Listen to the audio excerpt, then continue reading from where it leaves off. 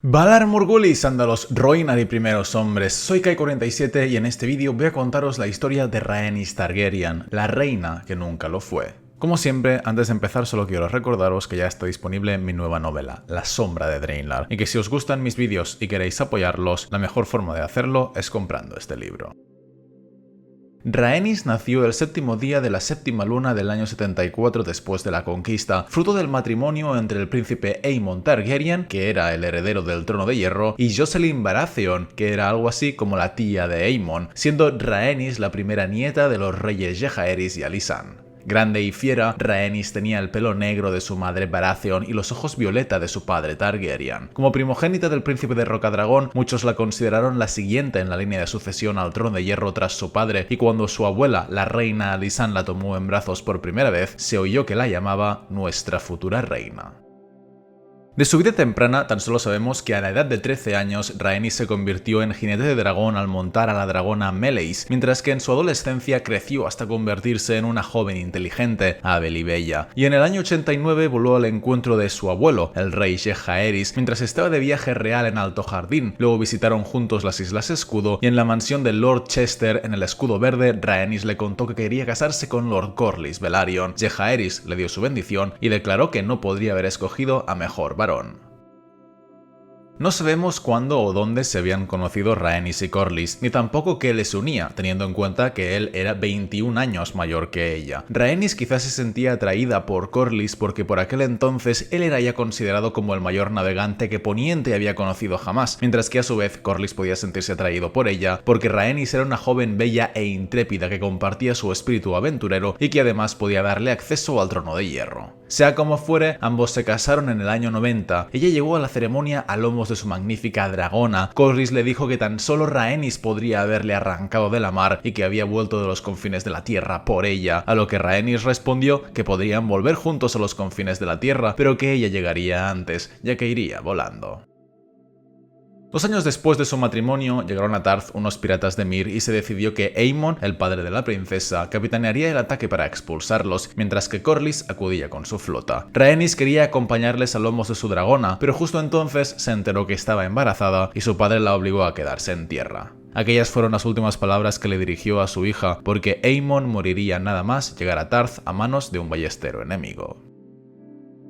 Rhaenys sollozó al saber que su padre jamás conocería al niño que gestaba, pero a eso siguió otra funesta noticia, y es que con la muerte de Aemon, el rey Jaehaerys sentenció que ahora su heredero sería Baelon, saltándose a Rhaenys de la línea de sucesión. Ella fue la primera en objetar, diciendo que le estaban arrebatando a su hijo el derecho por nacimiento de su padre con una mano sobre el henchido vientre. Su esposo Corlys se sintió tan airado que renunció a su almirantazgo y a su cargo en el consejo privado y regresó con Rhaenys a Marca Deriva. Jocelyn también se enfureció, así como su temible hermano Lord Boremund Baratheon, y Alysanne, la abuela de Rhaenys, llegó a distanciarse de su esposo el rey solo por no haber nombrado a Rhaenys como heredera. Sin embargo, ninguno de ellos, ni siquiera Alysanne, pudo hacer nada para cambiar la decisión de Jaehaerys, de modo que Rhaenys fue ignorada del orden sucesorio. En el año 93 nació su hija Laena y al año siguiente dio luz a su hijo Laenor. No obstante, en el año 101, Baelon murió debido a una herida mientras cazaba, y, viéndose de nuevo privado de heredero, el rey Jaehaerys convocó un gran consejo en Harrenhal con todos los señores mayores y menores del reino para que escogieran quién sería el sucesor del trono de hierro. Rhaenys y su esposo llegaron con gran aparato y emplearon la riqueza y la influencia de la casa Velaryon en persuadir a los señores convocados para su causa, consiguiendo la lealtad de Lord Boremund Baratheon, Lord Stark, Lord Manderly, Lord Dustin, Lord Blackwood, Lord Baremon, Lord Celtigar y algunos otros. Por desgracia, no fueron suficientes, porque tanto Rhaenys como su hija se consideraron inhabilitadas debido a su sexo y la pugna final fue entre Laenor y el hijo mayor de Baelon, llamado Viserys. Pero la mayoría de señores consideraron que la línea masculina debía prevalecer sobre la femenina, y además Viserys era un hombre de 24 años, mientras que Laenor un niño de 7. Por tanto, y por un amplio margen, la nobleza escogió a Viserys como legítimo heredero del rey, a pesar de que Rhaenys y Corlys habían sido elocuentes y desprendidos en sus esfuerzos en favor de su hijo, y aunque los maestres que hicieron el recuento jamás revelaron las auténticas cifras, se dijo que Viserys había ganado por más de 20-1, lo que hizo que tanto Rhaenys como Corlys se vieran obligados a desechar cualquier aspiración.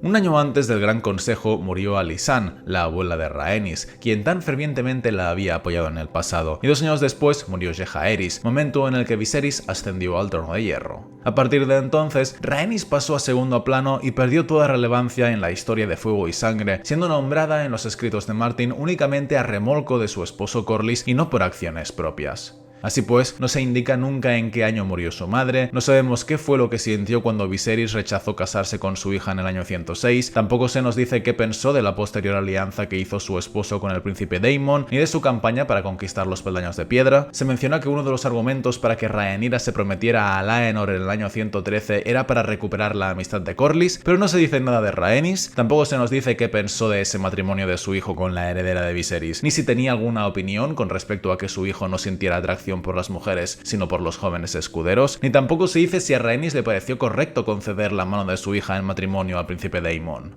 En conclusión, a partir del Gran Consejo del año 101, Rhaenys es completamente ignorada por la narración. Solo se nos habla de Corlys, no de Rhaenys, lo que personalmente me parece una pena, porque entre todos los miembros de la dinastía Targaryen que había vivos en aquella época, Rhaenys es mi favorita. Por tanto, tan solo podemos suponer que, desde que Viserys ascendió al trono en el año 103 hasta que murió en el 129, Rhaenys vivió tranquila en Marcaderiva. Su hija fue rechazada por el rey en el año 106 y prometida con el hijo del señor del mar de Braavos, aunque el matrimonio no llegó a celebrarse. En el año 114 su hijo se casó con la princesa Rhaenyra y durante su matrimonio nacieron 3 hijos, pero seguramente eran bastardos. Su hija se casó con Daemon y en el año 116 dio luz a 2 gemelas, que fueron llamadas Baela y Rhaena, la segunda en honor a Rhaenys, y el año 120 fue el más doloroso de todos, porque primero Laena murió de parto en Marcaderiva y después Laenor murió apuñalado por su último amante en Puerto Especia, lo que sin duda debió de sumir a Rhaenys en la tristeza. Finalmente, en el año 129 el rey Viserys murió, su segunda esposa coronó a su hijo Aegon y Rhaenyra, que era la legítima heredera según el edicto real, convocó en Rocadragón un consejo con todos sus aliados para poder recuperar el trono que le correspondía por derecho. El más poderoso de los señores que se presentaron fue Corlys, que acudió acompañado de Rhaenys, quien tenía el rostro magro y arrugado y el cabello negro veteado de blanco, si bien seguía siendo tan fiera y arrojada como cuando era joven. Entonces estalló la guerra civil conocida como la Danza de los Dragones, al principio de la cual la función de Rhaenys fue sobrevolar la flota de su esposo para protegerla de dragones enemigos, mientras las naves de Corlys hacían un bloqueo a la bahía de Aguas Negras. Sin embargo, Rhaenys le había dicho a Rhaenyra que su primo Lord Borros Baratheon se pondría de su parte, lo que llevó a la reina a pensar que sería fácil conseguir su alianza y enviar a su hijo mediano, Lucerys, a conseguirla en lugar del más adulto y preparado Jaehaerys, que fue enviado al norte. Por desgracia, Rhaenys se había equivocado totalmente, porque su primo no estuvo nada dispuesto a apoyarles, despidió a Lucerys con duras palabras y no hizo nada para evitar que el príncipe Aemon le atacara y matara por el camino. Cuando llegó la noticia de la muerte de Lucerys, solo la intervención de Corlys y Rhaenys impidió que Joffrey partiera de inmediato para vengarle, y además Rhaenyra quedó tan consumida de dolor que no pudo seguir gobernando, de forma que Corlys y Rhaenys tuvieron que tomar el mando en su lugar. Es por eso que fueron ellos quienes recibieron el cuervo de reposo del Grajo pidiendo auxilio cuando los hombres de Aegon atacaron su fortaleza, y Rhaenys tuvo que partir con su dragona para ayudar.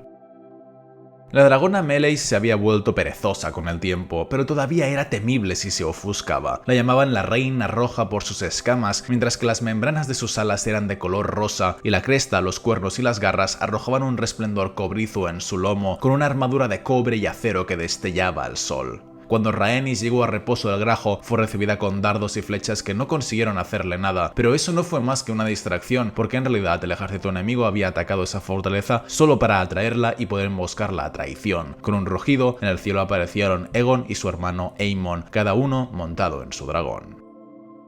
Eran 2 contra 1, pero aún así Rhaenys no intentó huir, sino que con un grito de alegría y un restallido de látigo encaró a Meleys contra el enemigo. Si se hubiera enfrentado únicamente a uno de ellos, seguramente habría vencido, pero contra los 2 al mismo tiempo estaba condenada a perder. Los 3 dragones chocaron con gran violencia 400 varas por encima del campo de batalla, y las bolas de fuego florecieron y estallaron con tanto resplandor que más tarde hubo quien juró que el cielo estaba plagado de soles. Las fauces carmesíes de Meleys llegaron a cerrarse en torno al cuello dorado del dragón de Aegon, al que sin duda habría destrozado si no fuera porque entonces la dragona de Aemon cayó sobre ellos desde arriba y las 3 bestias se precipitaron al suelo dando vueltas. El impacto fue tan fuerte que desprendió piedras de las almenas de reposo del Grajo a media legua de distancia.